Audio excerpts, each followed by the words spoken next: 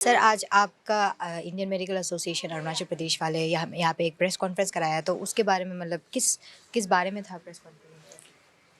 Good afternoon सबको। तो आज का जो हम लोगों का जॉइंट एक प्रेस कॉन्फ्रेंस हम लोगों ने दिया Indian medical association Arunachal branch और Arunachal Pradesh medical I mean doctors association की तरफ से। मुद्दा ये था कि ट्रिम्स में जो हम लोगों का स्टेट का जो लोन मेडिकल कॉलेज है उसमें इस बार thanks to the government of Arunachal Pradesh 100 seats जो है मेडिकल एमबीबीएस स्टूडेंट्स के लिए बढ़ाया गया है। तो उसमें गवर्नमेंट का एक नोटिफिकेशन निकाला था 9 जुलाई को कि मतलब उस 100 सीट्स में से जो है 15% जो है सेंट्रल पूल में जाता है, जो कि नेशनल मेडिकल कमीशन को देना पड़ता है जनरल कोटा के लिए। और जो 85% जो सीट्स बचता है वो जो अरुणाचल स्टेट रखता है। उसी 85% में से हमने ये देखा कि उसमें जो है 20% सीट्स जो है नॉन एपीएसटी के लिए रिजर्व रखा गया था और 4% सीट्स जो है नॉन रेजिडेंट इंडियंस एनआरएस के लिए रखा गया था। ये हम लोगों को डिस्क्रिपेंसी लगा क्योंकि ये रिजर्वेशन अंडर रिजर्वेशन हो गया। 85% is already reserve for the state, उसमें से 20% फिर आप रिजर्व कर रहे हो नॉन एपीएसटी के लिए। ये गवर्नमेंट का भी ऐसा कुछ मेरे ख्याल से इंटेंशन नहीं था, लेकिन ये बहुत पहले जो एक नोटिफिकेशन निकला था 2013 को through director of higher and technical education की तरफ से, जिस समय में अरुणाचल में मेडिकल कॉलेज था ही नहीं। और उस समय में हम लोग के बच्चे जो है बाहर जाते थे, बाहर मेडिकल कॉलेजेस में वेरियस मेडिकल कॉलेज में जाकर पढ़ाई करते थे। तो उसमें ये 80% 20% का एक नॉर्म निकला था। जब ट्रिम्स इस्टेब्लिश हुआ, ट्रिम्स अपने यहाँ मेडिकल सीट्स हो गया, तो बाहर का सीट्स कम्प्लीटली बंद हो गया। तो we only had this seats in trims ना। उसमें से भी इतना रिजर्वेशन में जो अगर 15 सीट्स तो हम लोग ऑलरेडी दे चुके हैं। ये जो नेशनल मेडिकल कमीशन का ये मैंडेटरी नॉर्म है कि 15 सीट्स जो है जनरल कोटा में देना है। तो जब ये जो रूल अप्लाई किया तो ये 85% सीट्स जो बचा है उसमें भी वो पहले वाला रूल अप्लाई कर दिया, जो कि मतलब एक डिस्क्रिपेंसी था।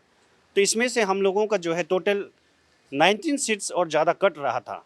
16 सीट्स जो है उसमें से नॉन एपीएसटी को जा रहा था और 3 सीट्स जो है एनआरआई कैंडिडेट्स को जा रहा था। 19 सीट्स हम लोग एपीएसटी कैंडिडेट्स लूज़ कर रहे थे। तो हम लोगों को ये गलत लगा और ये डिस्क्रिपेंसी लगा, तो इसलिए हम लोगों ने एक फॉर्मली एक एप्लीकेशन लेके मेमोरेंडम लेके ये डिमांड प्लेस करके ऑनरेबल हेल्थ मिनिस्टर का अप्रोच किया कि सर ये जो चीज़ हो रहा है एक डिस्क्रिपेंसी है, तो उसको जो है 20% जो नॉन एपीएसटी का जो कोटा है उसको कट करना चाहिए, क्योंकि ऑलरेडी 15% ऑल इंडिया में हम लोग दे ही रहे हैं, उसमें सारा जनरल लोग आ जाता है।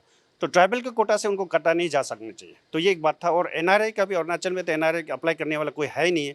पहले भी ट्रिम्स में एनआरआई का कोटा में दूसरे लोग आ चुके हैं, दूसरे जो नॉन एपीएसटी कैंडिडेट्स आ चुके हैं due to lack of NRI candidates. तो we are losing seats for our own APST children.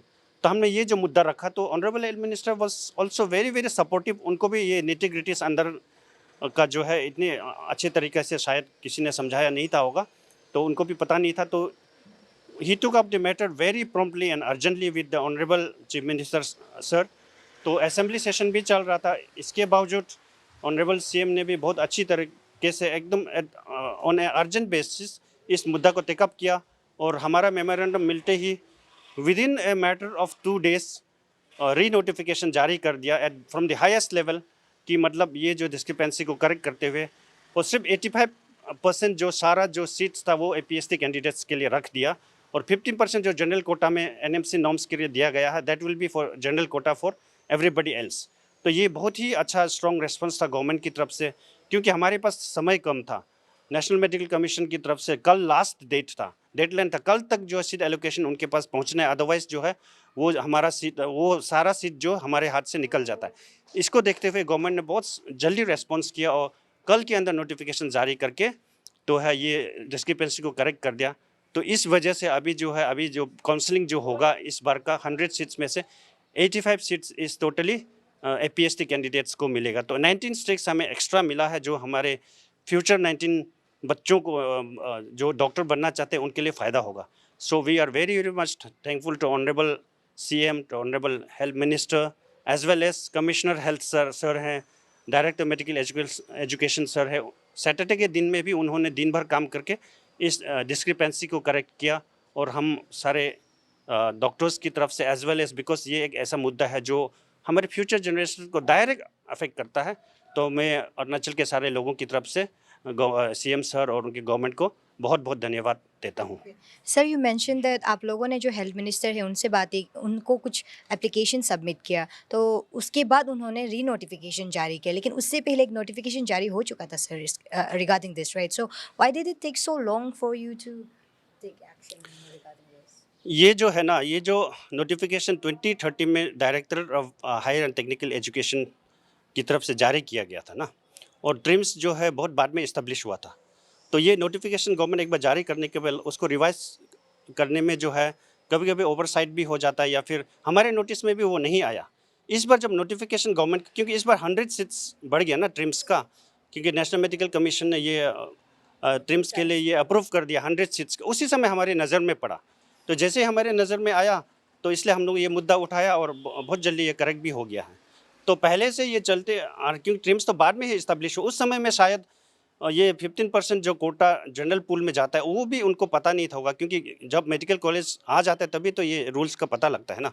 उसका पहले का जो है सिस्टम जो अलग था, उसकी वजह से ये शायद ओवरसाइट एक हो गया है, तो उसकी वजह से ये लाइमलाइट में नहीं आया। तो इसलिए हम लोगों ने जैसे ही हमारी नज़र में आया तो हमने उसको मतलब उठाया और गवर्नमेंट ने भी बहुत अच्छी तरह से उसको करेक्ट कर दिया।